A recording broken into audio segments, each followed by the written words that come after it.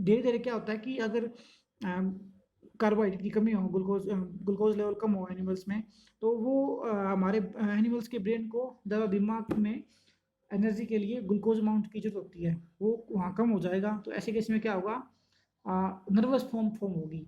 तो ऐसे केस में एनिमल क्या करेगा, वॉकिंग इन सर्कल, ठीक है, और crossing the legs, hyper excitability, moderate trimmers, ये सिम्टम्स उसमें देखने को मिलेंगे।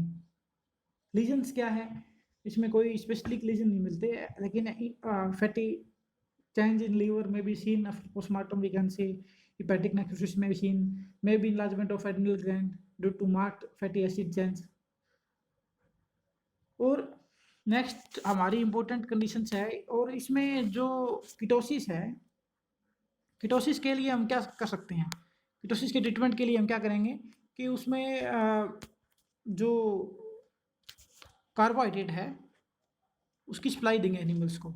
जैसे डीएनएस दे सकते हैं हम एनिमल को, 5 लीटर, या फिर उसको हम दे सकते हैं रिंटोज के नाम से आता है, वो भी उसको दे सकते हैं। और उसकी जो कंडीशन है उसको ऑब्जर्व करते रहेंगे कि उसमें कोई क्लिनिकल सिम्टम्स है, मेल फॉर्मेशन नहीं है उसका।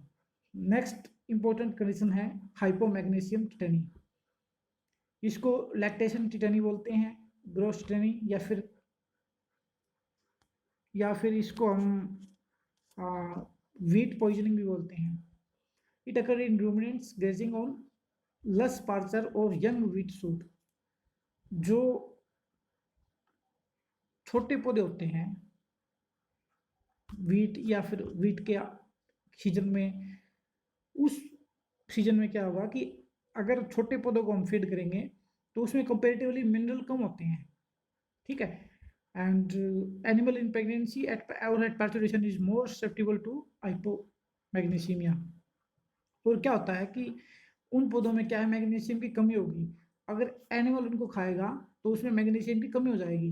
And concurrent the hypocalcaemia is precipitating factor which usually, क्या होता है कि जो हाइपोकैल्सीमिया होगा काविंग के बाद में, कैल्शियम की कमी होगी, और कैल्शियम और मैग्नीशियम दोनों ही एक फैक्टर है, आपस में फैक्टर की तरह काम करते हैं। तो इसलिए usually hypomagnesium is because of some factor feed with reduce the absorption of intermetabolism of magnesium, and wheat should have large amount of potassium which depress the serum level of magnesium, and production of excessive quantity of ammonia in rumen from protein rich feed prevent magnesium absorption। कई बार क्या होता है कि जो जितने भी protein rich component होते हैं, जैसे हमारा मस्टर्ड केक है, बिनोले है, इसमें क्या है, प्रोटीन ज़्यादा होता है। अगर ये हम ज़्यादा खिलाए एनिमल को, तो वो क्या करेगा कि रूमन के अंदर लार्ज अमाउंट में अमोनिया बढ़ेगी, और वो अमोनिया क्या करती है, वो मैग्नीशियम की अब्जॉर्प्शन को रोक देती है। तो इसीलिए सीरम में क्या होगा, मैग्नीशियम की कमी हो जाएगी। और ऐसे केस में क्या होगा, hyperactivity of thyroid cold weathers may be caused to hypomagnesemia and cow reared with milk as a milk of deficiency।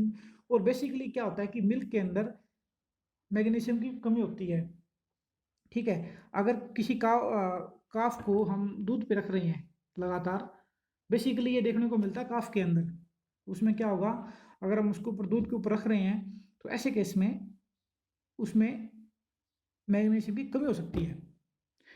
Pathogenesis क्या है, magnesium is responsive for impulsive transmission of neurotransmitter junctions and effective release of acetyl choline and activation of choline esterase system resulting muscular irritability and tetani.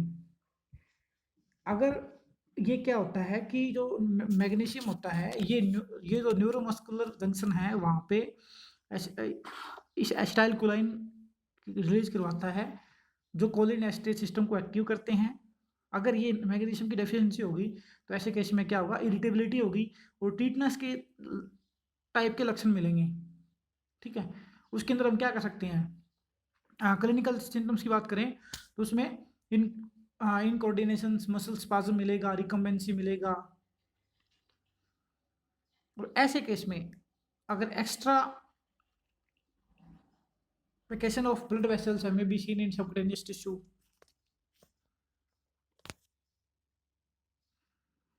तो हम discuss कर रहे थे हाइपोमैग्नीशियमिया। उसमें क्या होगा कि अगर हम इसकी ट्रीटमेंट की बात करें तो पहले तो हमें इसमें स्पेशली डायग्नोज करना है कि एनिमल्स को वाकई में हाइपोमैग्नीशियम टिटेनी है या फिर कई बार टीटनेस होता है। हम उससे इसको देख लेते हैं कि इसको मतलब कंपेयर कर लेते हैं कि ये टीटनेस तो नहीं है।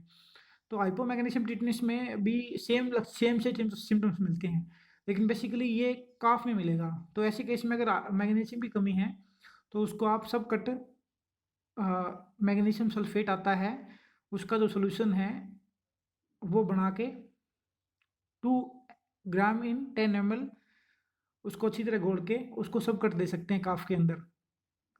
ठीक है, एनिमल को भी हम दे सकते हैं आ, कुछ अमाउंट में सब कट दे सकते हैं इसी तरह 8 से 10 ml।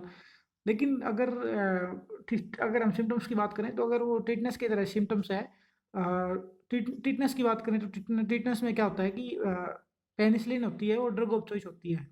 अगर टिटनेस के केस की बात करें तो ऐसे केस में टिटनेस में तो हम DCR दे सकते हैं अकॉर्डिंग टू बॉडी वेट।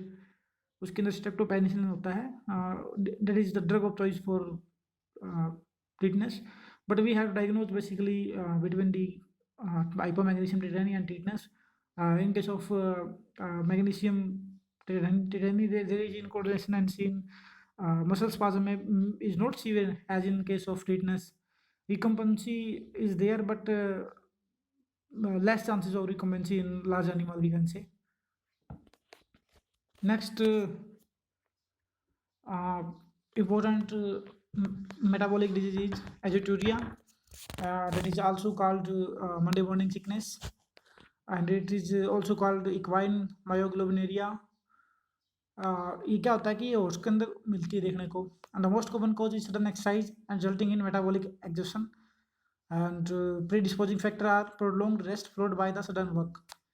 तो बेसिकली क्या होता था कि जो पुराने टाइम में घोड़ों को पहले घोड़े यूज करते थे लोग इन यूरोपियन कंट्री।